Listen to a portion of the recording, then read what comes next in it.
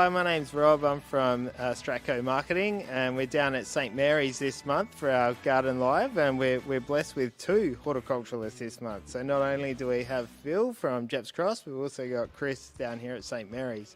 So if you haven't been to St Mary's for a while, we have done a fair bit of work down here, and it's all looking new and improved, new displays. Come down and check it out, and if you are going to come, I'd strongly recommend coming this Saturday. And if another store is your local store, then get out to Stratco this Saturday. We've got a big sale on with there's great deals on a lot of the product you can see here on the table, but also 20% off plants. So big opportunity to stock up on plants, and these guys will take you through a few recommendations. We've also got 20% off Outback patios for one day only, which is a really big deal. If you're looking at getting a patio, I'd really recommend getting along and getting that sorted out this weekend. There's also deals on lawn porn, on our egg chairs, which are really popular, barbecues, a whole heap of deals. If you have a look on our Facebook page, check out the event. There's a whole heap of great deals there. But that's enough about Saturday. You're here to learn about lawn and garden, I'm sure. So I'm going to hand over to Chris, and he's going to have a chat with Phil. Thanks, Rob. Alrighty, Phil. Hey, Chris, how you going? Good, thank you. For those of you who haven't met me before, which is most of you probably, I've been around for a long, long time. So hopefully I've learned a little bit that we can pass on to you today and in the future. So, yeah, Phil? I guess what people probably don't know, I mean, we've touched on it a bit in our Facebook Lives before, but Chris is the one that puts a lot of the garden notes together. So, you know, I benefit from the fact that he does a lot of the hard work behind the scenes, and then we just go through it sort of on a monthly basis and go through what he's put together. So for January, what have you put in for January? Now, at least I can come to you and say, like, what is it we're talking about today? Well, we're going to talk about heat, watering, looking after your garden when it's hot, and what you need to be thinking about. Summer's finally arrived. We've got some hot weather. Yeah, it's been crazy, hasn't it? Even though it's only a couple of days at a time. So you know, today out there it's cool and showery, but the heat's going to come back again. Don't worry about that. Yeah. So, and Rob touched on the weekend, and it seems like it's going to be nice for the weekend. It's going to be nice for the weekend. You know, so perfect weather for sales. So yeah, absolutely fantastic, and you know, lots of lovely stuff here at St Mary's. If you haven't been in, we had a truckload come in from Queensland again yesterday. So yeah, plenty of indoor plants. There'll be plenty of stuff. Yeah, it's crazy. It's like this is probably as full as I've seen St Mary's for a long time. So no, we get full of it. Lots of plants to choose from for the weekend, and so with your garden notes for January, you touched on watering. Okay, so the thing with I've got my own mic. All right, so the thing with hot weather is that you need to be aware of what your garden is doing, and what the plants in your garden are doing, and watering accordingly, because you don't. While you do need to water to keep them alive, you don't want to overwater. Yep. Because that's actually worse than underwater. Yeah, we do see a lot of that come through. And there is a lot of that comes through. So many people, yeah. You know, it's a hot day. People go and look at their gardens. The leaf on their plant is all limp, and that's fine, because that's the plant's way of dealing with the heat. The leaf goes limp, it folds down, cuts down on transpiration, so the plant is actually losing less water. Yep. So what you need to do in that situation is you need to go back into your garden in the afternoon, once the sun's come off your plants, and look at the leaf. And if the leaf has come back up and it's nice and firm and it's cool still, there's enough moisture in the soil. So if you go and water too much when the leaf is limp and there's still enough moisture in the soil, what you're doing is you're filling up all those pore spaces in the soil with water, and that drives all the oxygen out of the soil, and your plant's roots need oxygen to survive. Yep. So take away the oxygen, the roots die, and then in 2, 3, 4 weeks time, your plant will start to look sick and will die, because it's got no root system to support it. So you need to be very careful that you give your plants enough water in summer, but you've got to also be aware that you're not overwatering. One of the things that we talk about in a lot of Facebook Lives is, and Belle, when she was with us, used to love sort of reinforcing it, is that Once upon a time, Malcolm Campbell, I think it was, or Michael Keelan might have touched on a little tip for watering. So they turn around and say, like, depending on what the temperature is, so if you look at it and it's like 13 degrees, there's a 1 in front, so you're probably going to look at watering the garden once a week. If it's 20, you know, there's a 2 in front of it, so, you know, potentially look at it twice. And it's a good little tip. So, you know, you look at that first number and base your waterings roughly around that number. You know, obviously, like you touch on, like, there's certain things like humidity and stuff like that that come into exactly how long to water. But, you know, for those people that are sort of getting just into gardens, you know, and want some sort of a little hack to sort of understand. Good hack. Yeah. Good hack. Yeah, it's a guide, but it is just a guide. Things like pots, hanging baskets, rectangular planters, all those sorts of things will need more water. Absolutely, because right. the pot is a completely different kettle of fish to a plant that's planted in the ground. Sure. So where you might only be watering things in the ground once a week, twice a week, you may have to do your pots once a day. And if they're small pots, in a really hot day, you may have to do them twice a day. So what we've got in front of us, I guess, are certain products that we recommend sort of to help recover the plants and to deal with that, you know, not overwatering, but sort of those times where you're sort of having to increase your watering. Yeah. So, so these two. These are both, they're not fertilisers. Yeah, that's right. That's something to be very, very aware of. They're not fertilisers, but both Go-Go Juice and Sea Salt, they're basically tonics for the soil and for the root system. Yeah, so right. An application monthly of both of these through hot weather helps your plants cope with the heat. Yeah, couldn't agree more. Keeps the root system healthy, so it can take up moisture when the plant needs it. So they are absolute go-tos for me at this time of the year. I find that sort of even with the sea salt, it's not here at the moment, but there's products like Power Feed, which is the fertiliser part of it, that, you know, especially after a period of extra watering, if you add some liquid nitrogen into the soil, it just helps to stop the plants going that yellow colour sort of straight after heavy watering. You know, when you get that sort of nitrogen drop? Heavy watering will help to leach fertilisers and wash fertilisers out of the root zone, so you will need to put something back. Yeah, for sure. Power Feed is a quick way of doing it. Depending on what you're feeding, you can use something like Rapid Razor. That's a pelletised took manure. Fantastic for everything, basically except your lawn, and that will just break down slower and give your plants a long-term feed. So you talk about lawns, and I think, you know, most homes would probably have some sort of a lawn area, and so in terms of lawn maintenance, especially for things like kikuyu, it's perfect time for feeding lawns. Yeah, you should have probably given your lawn a feed early spring, or not that we had spring last exactly year. Right, yeah. For sure. That spring failed to arrive, which was the first time that I can remember. Yeah. And I've been doing this a long, long time. 3 seasons this year. Phenomenal. So, yes, a good time you can feed now because the lawns are due again for their autumn feed, so to speak. Make sure your soil's moist before you put your fertiliser on. Don't ever put fertiliser on to dry soil because you will potentially burn the roots. And make sure you water it in well after you put it on. That's very, very important. So you need to put at least 25 ml of water onto the soil after you put your fertiliser on. Right, okay. The other thing with lawns at this time of year is do not cut too short. Yeah, raise the mower. Raise it up 1 notch, 2 notches.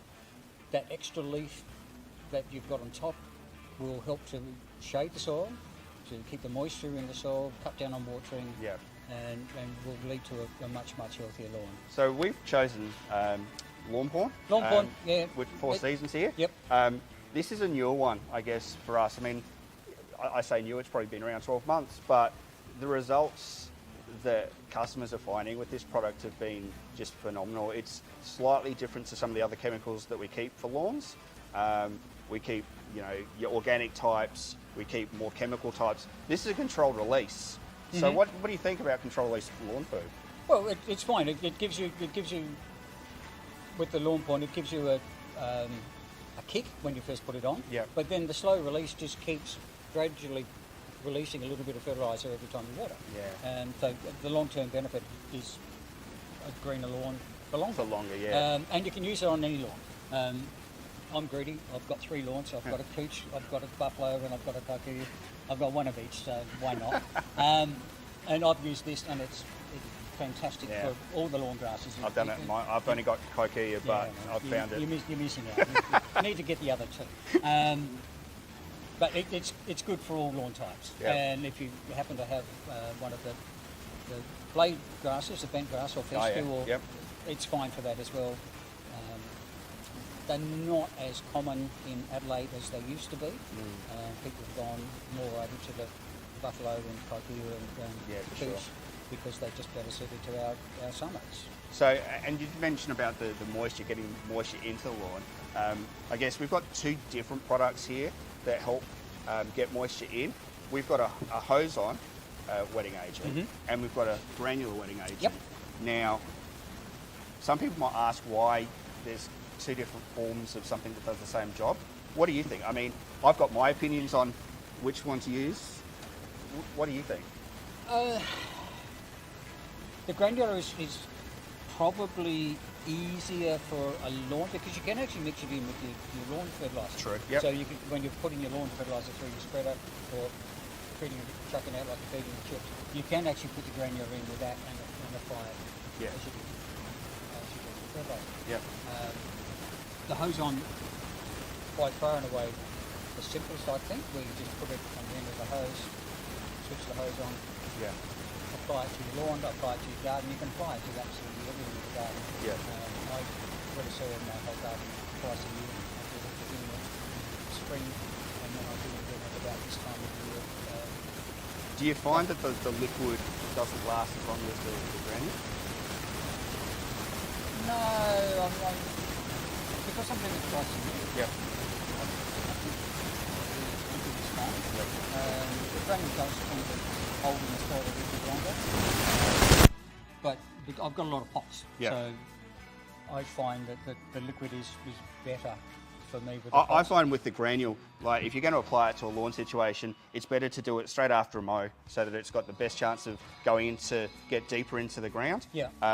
If you put it on close to when you're going to mow, you might actually suck it up more. So sometimes it's easy to go with the liquid on a lawn, but you know what I mean? I'm a much bigger believer in granules than liquid, but like you say, I think both have got a purpose. Both have got a purpose, but the thing with both of these, no matter whether you're using granule or whether you're using liquid, is that you apply it and then you water it. True. You've got to water it straight away to get it into the soil, otherwise it's sitting on the top and not doing anything. So no matter what you're using, water, and with the granule, that will get it down onto the soil level and then start it breaking down and getting into the soil. Cool. So we've touched on liquid tonics, we've touched on liquid fertilisers, we've touched on the lawn food and wetting. I guess the final part of the puzzle would be mulching. In summer, in particular, mulch. Yeah. You can do nothing wrong if you mulch. It doesn't matter what you use to mulch. There's pea straw, sugarcane mulch, pine bark, the coir mulch, which is fantastic. You can use gravel, you can use absolutely anything, but the whole thing is that you need to mulch. So the concept is whatever the mulch that you're using, basically you've got to look at it as an insulator for the soil, don't you? Yeah, it's got two functions. Yep. It keeps the sun off of the soil, so it reduces the soil or stops the soil from heating up so much. Yep. And it, as you say, it's an insulator, and it's all that water that you've made mega bucks for. Yeah. Thank you, SA Water. It stops that from just evaporating straight out of the soil again. So it actually holds the moisture in the soil for a much, much longer period. So A, you have to water less, and B, it's saving you money. Yep. So mulch is I just say to people, and I write it in my blog just about every month through the warmer weather, mulch. Now, when you come into store, you'll see that we've got like probably 20 or 30 different types of mulches available. Now that might seem like overkill, but every one of them has a purpose, doesn't it? Well, mulch to me comes down to pretty much the personal preference. Right? Yeah, I know what I like and what I use at home. My favourite at the moment is sugarcane mulch. I use a lot of sugarcane mulch. I like it. I used to use pea straw almost exclusively around my veggies and fruit trees, but I find that the blackbirds just kick the living daylights out of it. Yep.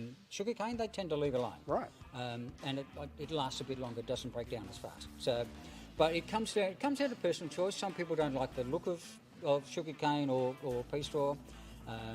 There's a cottage mulch, which is like a finer pine bark blend. Yeah. And that's fantastic around roses and in rockeries and that type of situation. As I said, you can use gravel, you can use scoria, you can use rivers, pebbles. So the message really is that through the warm months, really mulching's a necessity. Mulching is a necessity. Yeah. Mulching's a necessity.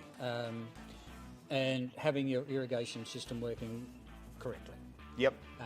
That's something that I haven't talked about this month. I think we've touched on it in previous months. I've touched on it in the last couple of months, perhaps, where you need to make sure that your irrigation system is working properly. You go through and you check your pipes, you check your drippers, you check your sprays, and make sure that nothing's blocked, that there's no leaks. Well, there you go. There's a topic for next month's garden blog. So, how to check irrigation? I'll cut and paste from last month. But yeah, it's very, very important. And even like your garden hose and your hose fittings, they're plastic, and they are designed and built for Australian conditions, which are much harsher than in Europe, but they still do break down in the sun over time. Yep. And they get brittle and they crack and they break. So check your fittings, check your hoses, make sure your hose is not cracked, not leaking. Replace it if you need to. Right. Yeah, these are all things that you So need January is full of jobs. January is quite full of jobs. Yes, it's not just having a barbecue and having a beer on Australia Day. There are sensible things you need to be doing in your garden.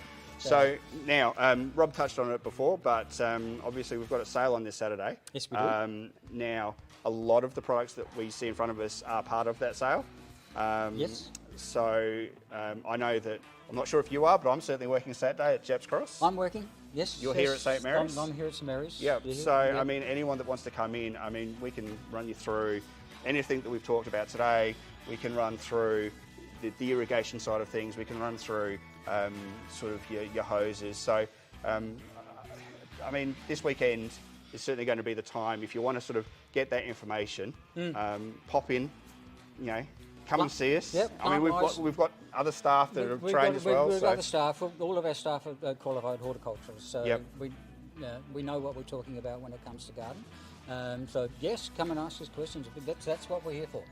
We're here to help. So, absolutely. And sort of on the garden centres, I'm not sure if I've told you, but yes, you have. Yeah, SA Life magazine put out last month, and both St Mary's and Jeps Cross got nominated for Garden Centre of the Year, which is sort of quite humbling, isn't it? Which is nice. Yeah, absolutely. So if you happen to pop into stores at the weekend and you sort of want to support Stratco and what we do and help us to become bigger, we'll have pamphlets up to help you, like how to vote for the Garden Centre of the Year. So if Stratco St Mary's or Stratco Jeps Cross happens to be your favourite store, we'd love to have people vote for us. That we would. Yeah. We would appreciate it. Yeah, yes. we'd love it. So, Yep.